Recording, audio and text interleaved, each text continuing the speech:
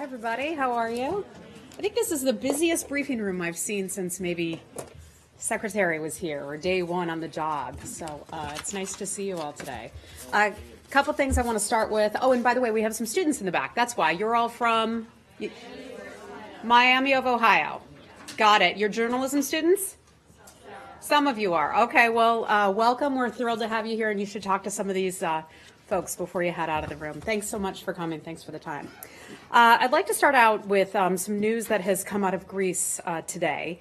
And I'd like to say that we want to condemn the release of a convicted terrorist. His name is Dimitrios Kofodinas. He was released on a 2-day furlough from a Greek prison. He's a convicted terrorist. He's responsible for killing 11 civilians, some British, U.S., and also Turkish embassy staff who had worked for the United States and obviously the UK and Turkey. They released him on a 2-day furlough. They did that just 3 months ago as well. We fundamentally believe that convicted terrorists do not deserve a vacation from prison. Our embassy in Athens has conveyed our serious concerns about the decision to the Greek government. Next, I'd like to mention something taking place in Uzbekistan. The United States government welcomes the release of a journalist and activist named Dumurad Sadov. He was sentenced in 2009 for 12 years for bribery and other criminal charges, but he's always maintained his innocence. We recognize that the president of Uzbekistan for releasing dozens of prisoners of conscience since assuming the presidency in September of 2016 and for taking important steps to reform the rule of law in Uzbekistan. Support for the rule of law remains a core element of U.S. foreign policy and a cornerstone of any democracy. I'd also like to mention that our Principal Deputy Assistant Secretary for South and Central Asia, Alice Wells, traveled to Uzbekistan last week. She met with senior government officials to review progress that was made under the president's reform agenda, including on issues of human rights, fundamental freedoms, as well as security and economic cooperation. And this, too, was one of the matters that they discussed. Next, in Turkey, where we'd like to say the United States is deeply concerned by the February 8th conviction without credible evidence of U.S. citizen Serkan Golja for being a member of a terror organization. We will continue to follow his case closely, along with those of other U.S. citizens whose ongoing prosecution under the state of emergency raises serious concerns about respect for judicial independence, protections enshrined in the Turkish constitution, including an individual's right to a fair trial. The safety of U.S. citizens traveling to or residing in Turkey remains a concern. He was arrested, by the way, back in July of 2017. He's a NASA scientist, if that helps you to remember his case. We'd like to call on the Turkish government to end the protracted state of emergency, to release those detained arbitrarily under emergency authorities, and to safeguard the rule of law consistent with Turkey's own domestic and international obligations and commitments. Finally, Secretary Tillerson today hosted the Chinese State Counselor Yang Jiechi here at the State Department for a bilateral meeting, which was followed by a lunch in the James Madison room that's upstairs on the 8th floor. They agreed on the importance of continuing a constructive and productive relationship aimed at cooperation on mutual challenges and addressing our differences forthrightly. During the meeting, both sides reaffirmed President Trump and President Xi's commitment to keep up pressure on North Korea's illegal nuclear weapons and missile programs. They discussed the need to achieve a fair and reciprocal bilateral economic relationship and shared approaches to stemming the flow of deadly narcotics. Secretary Tillerson and the State Counselor look forward to continuing discussions on these and other topics at the next diplomatic and security dialogue during the first half of 2018. And we were happy to welcome that delegation after their 13-hour flight when they just arrived to Washington from Beijing. Josh, I'd be happy to start with your questions. Great. Thanks, Heather. Let's start with Syria. Okay. As you said many times before, our U.S. mission in Syria is to defeat the Islamic State group and prevent their reemergence, but overnight, U.S. Forces killed about 100 people, none of whom were IS. So, how does the U.S. maintain that our mission really has not expanded beyond Islamic State? Well, the State Department can't confirm exactly who was killed in that mission, but we can say we don't hesitate, and the military's been clear in stating this, and they put out a press release, I believe it was earlier today or last night to this effect, saying that we will use force if our troops are threatened, and that was clearly the case. Beyond that, I'd have to refer you to DOD for the details of that.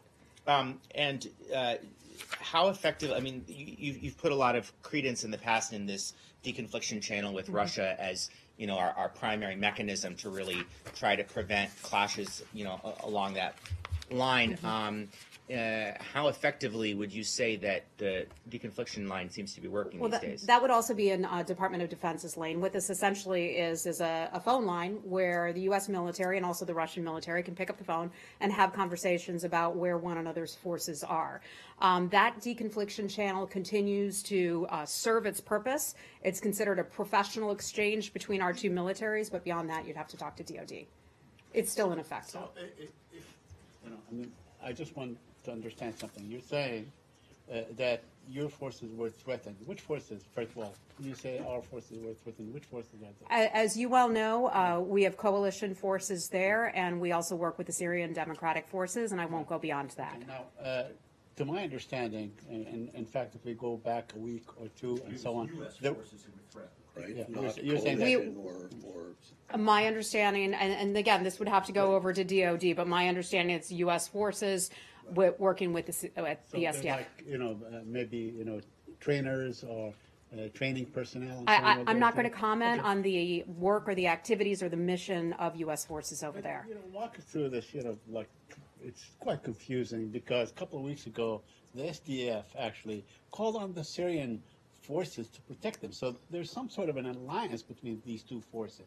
And the Syrians are saying our forces, or those affiliated with us, were actually attacking ISIS. So explain this to us if you can. Saeed, I think I'd have to refer you to Department of Defense. They have I believe it's an on-camera briefing about at this hour right now, so I'd have to refer you to them. Let's see if I can have. Okay, you then we're respond. going to have One to last- move on. Yes, absolutely. ahead. One last question.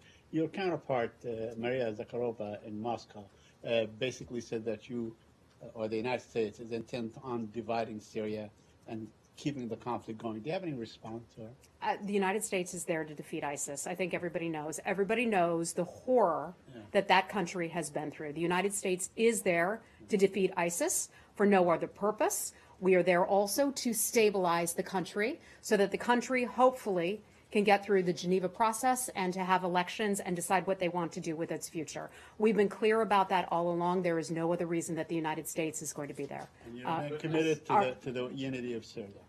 We have said that. We have said that all along. Yes. Arshad, I think you had a question about Syria. Okay. Michelle.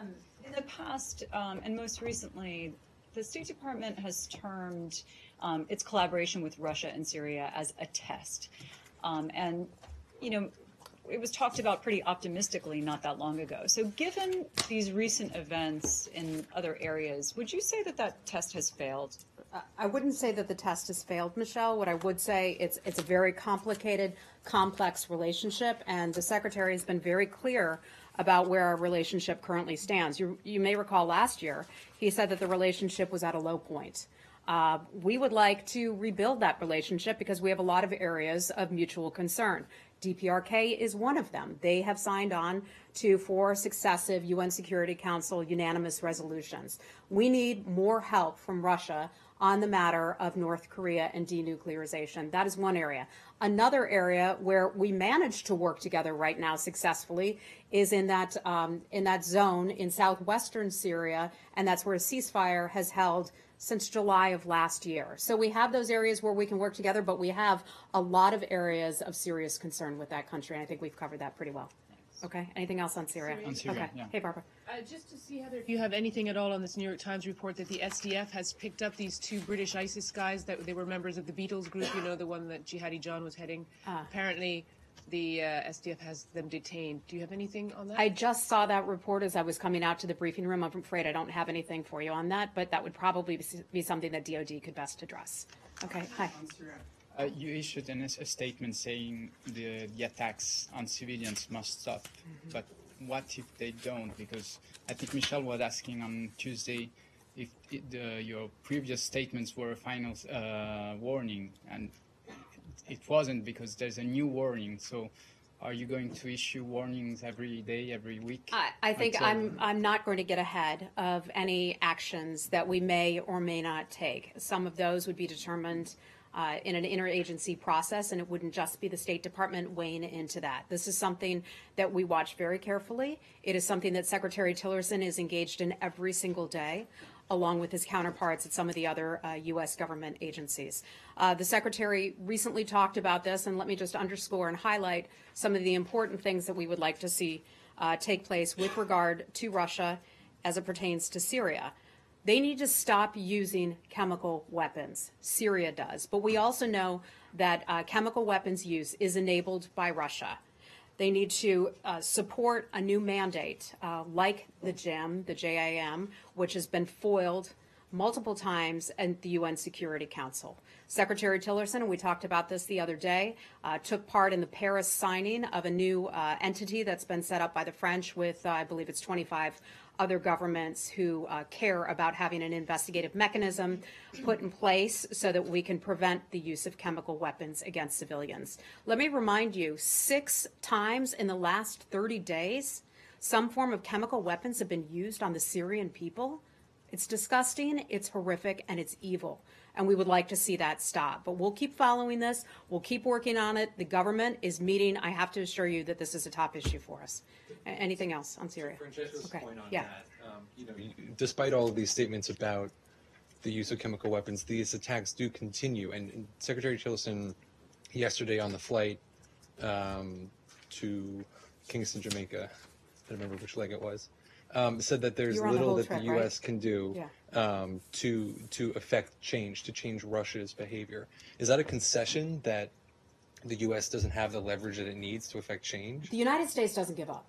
We just flat out don't give up. As American people, we don't give up. We stand up. We do what's right. We fight on behalf of people who are being humiliated, people who are being terrorized. That is why we are in Syria. We are there to help the people. We will continue to put pressure on the Russian government to do the right thing, but it's not the United States alone. Let me remind you, there are 73, 74, I forget, members of the de-ISIS coalition who care just as much as we do about these activities. So it's not the United States alone. Okay? So would you say that the U.S. has a responsibility to protect civilians, a humanitarian responsibility in Syria? We have called for numerous ceasefires. We'd like to see a UN ceasefire take place in Syria right now to be able to get humanitarian aid into the civilians who deserve it and who desperately need it. We've been clear about that all along. Okay, let's move on to Iraq. You want to talk about Iraq? Yeah. Okay. I'm sorry, I shouldn't jump to conclusions I had several there. questions. We'll do Iraq. On the Iraqi Reconstruction Conference next week, which you sent out a note about, there'll be both government and private sector there, as you suggested. And how will the money from governments that will go to UN agencies? Is that correct? Okay. Well, this is something that's being put on by the government of Iraq, Kuwait, and also the World Bank. Secretary Tillerson will be traveling to Kuwait next week sometime to participate in this. He's leading the U.S. delegation. My understanding is that about 2,300 members of the private sector will also be joining, in which they'll talk about ways that they can help facilitate the large-scale reconstruction taking place in Iraq. Our policy posture has changed since previous administrations. Remember, we used to be in the whole nation building.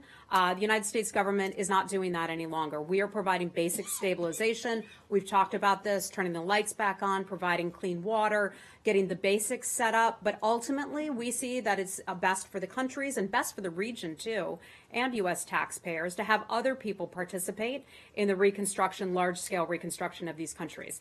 Up at the UN in New York back in September, there was a ministerial meeting of like-minded countries for the coalition to defeat ISIS. And one of the things many other nations there were talking about is the importance and how they wanted to participate in the rebuilding of some of these countries, specifically Iraq. So I think that's the direction that the overall region is heading in right now. Will you, the U.S. government, be announcing a contribution at this time? I'm not aware of any announcements that we will be making. I can tell you overall, over the past few years, the United States government has $1.7 billion in humanitarian aid in Iraq alone, $190 million on stabilization efforts, $112 million just to clear IEDs, and of course, there's the blood, sweat, and tears that our brave men and women have put into protecting Iraq. A final question on this. I understand that you're pushing for Baghdad to allow Kurdish representation in this conference. How does that stand now? Is there any news? I don't have any details on that, but I think the Iraqi government would be in charge of its own delegation and exactly who participates and who attends. I'm going to have to cut the briefing short today. I just want to make you all aware. I should have announced that up front. Lori, did you just gasp? Abdul, sorry I didn't get to you the other day. Go right ahead. In the run-up to the presidential election in March, the Egyptian government continues to hold several journalists without trial, including my Al Jazeera colleague, Mahmoud Hussein. Are you having any kind of conversation with the Egyptians about press freedom in their country in the run-up to the election? Yeah. First, let me say I didn't realize that it was one of your colleagues. I know that overall press freedoms in Egypt is a major concern to many journalists and people who believe in free speech and who want that. Last week or the week before, I was briefing over at the Foreign Press Center, and another Egyptian journalist had asked me about the overall situation there. It's something that we're watching very carefully. We're concerned about reports that Egypt's prosecutor general had launched an investigation into some opposition figures. So I want to, wrap that into this overall discussion. In terms of any updates on your colleague, I don't have anything for you on that. I can say overall that as a part of our U.S. government discussions with Egyptian officials, we have these types of conversations, not only about election freedoms and allowing opposition parties and opposition figures to take part in elections, but also having a free, fair, and open press. That's something we consistently bring up. And as a follow-up, in terms of Ahmed Shafiq pulling out of the running, in terms of Sami Anan being detained as a candidate in the election, and so on, what are your expectations of the election process and how it should be?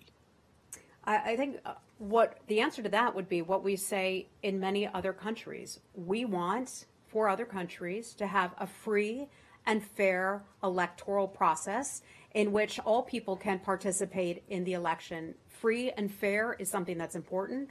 As I said, we're concerned about reports that Egypt's prosecutor general launched an investigation into opposition figures, and I'll just leave it at that. Just one more, I promise. Okay, but I want to get to a couple other people here before I have to head up, and we haven't even talked about Asia. Okay, just a last one. Okay. So many Egyptians listening to you will say the U.S. is meddling in the internal politics of Egypt. Do you respect that logic? Look, now you're asking to have it both ways now. You want to hear our concern about press freedoms and about free and fair elections, but then on the other hand, you say you're meddling. The United States doesn't meddle. We share our concerns and we have diplomatic conversations with many nations around the world, and that's fair to say. And those countries likewise have conversations with us about concerns that they may have about U.S. foreign policy or, in some instances, even domestic events. Okay, let's go on over to Asia. Michelle, sorry I didn't get to these folks in the back. Hey, how you doing? Good to see you. I just have two quick ones. First, recently Secretary Tillerson labeled China as a new imperial power. He criticized China's trade practice in Latin America. I wonder if his criticism in this on trade issue came up during today's meeting. Yeah. Some of our meetings with countries we consider to be very private conversations. Some of those relationships with certain countries, we have better conversations and we work better together when we keep some of those things private. And China would be one of those countries. I can say, we have a constructive relationship with China. We have a frank exchange of ideas and information and our viewpoints. Our president has made it very clear his concerns about trade imbalances. That's the kind of thing that comes up. We have a lot of conversations about those. But when you talk about the cooperation, on the other hand, in the national security strategy, the United States labeled China as strategic competitor. And in the State of the Union, China was rivalry. And now the new word, new imperial power. So how do you define your relationship with China? Is it getting more and more negative? We have a broad relationship with China. We have areas of cooperation, obviously, where we agree on the issue of North Korea and the importance of denuclearization.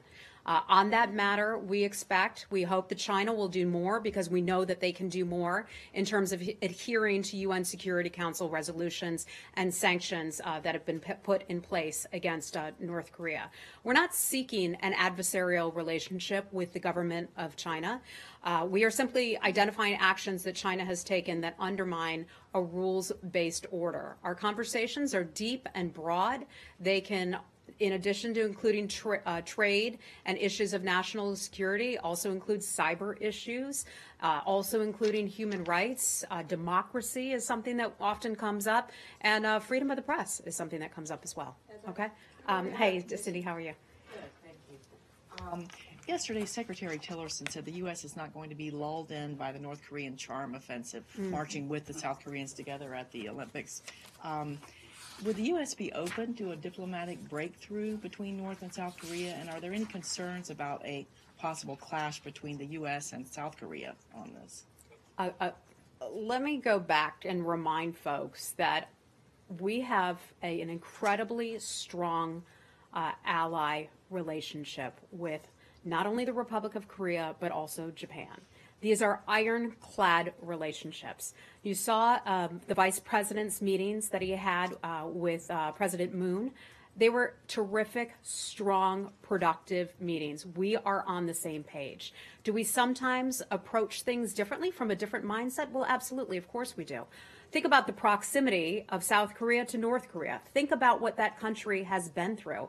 Think about the story that happened back in 1988 when a plane was exploded and South Koreans died. It is no wonder that its citizens would be naturally concerned about the threat that is right at their doorstep. The United States will not back away from its ally, and no one is going to drive a wedge between the United States and the Republic of Korea and the United States and also Japan. The vice president spoke very eloquently about his meetings that he had. My colleague, Mark Napper, our charge d'affaires, who is based in Seoul at our embassy there, he was in the meeting with the vice president. If I can, I'd like to just provide you all a little bit of a readout, a note that we received from Mark. Bear with me one second. Let me find it in this big old book. He describes it as this, and again, he was in the meeting with the vice president. It was a good meeting. It was extremely open and warm. Both sides emphasized our rock-solid alliance and enduring friendship while stressing our shared commitment to pursuing North Korea's denuclearization through the ongoing pressure campaign.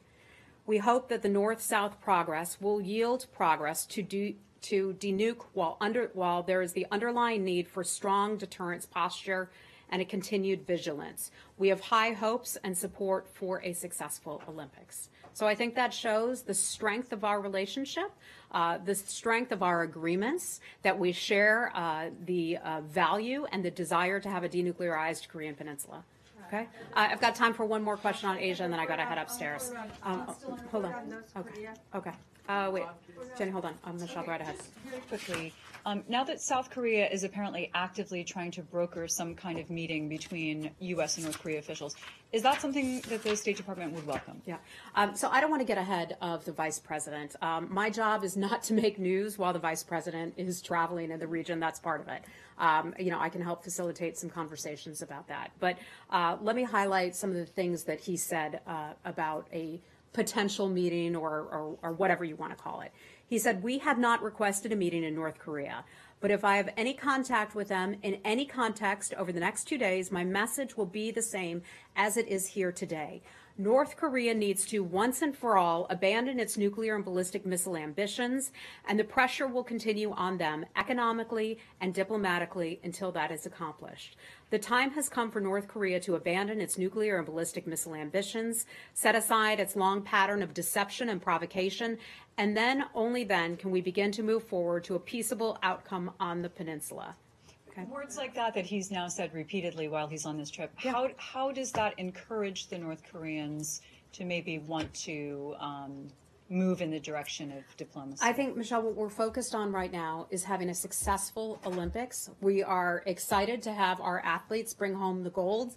We got some hats in the back with promoting the Olympics. They were trying to get me to wear a hat today. I said no. So in any event, Michelle, in all seriousness, We are looking forward to a successful Olympics. The fact that North and South were talking about the Olympics and they're participating under one flag is something that people might expect two countries, neighboring countries, to perhaps do together, but I'm not going to get away in any of that. Last question, I have to go to Janet.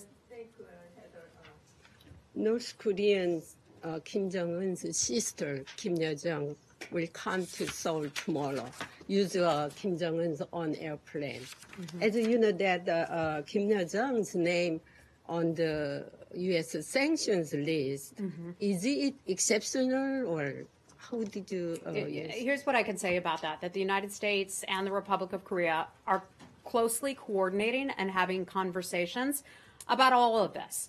The sanctions that you're referring to, we are confident that the Republic of Korea is working in conjunction with the United Nations to handle whatever waivers might be necessary for that. We are not going to get involved in that. We would leave that to the Republic of Korea. There are too many exceptionals, to the. I'm not going to comment on that. Okay. Thanks, everybody. We've got to wrap it up because I have to get upstairs for something. We'll get it next time. Okay. Thanks, everybody.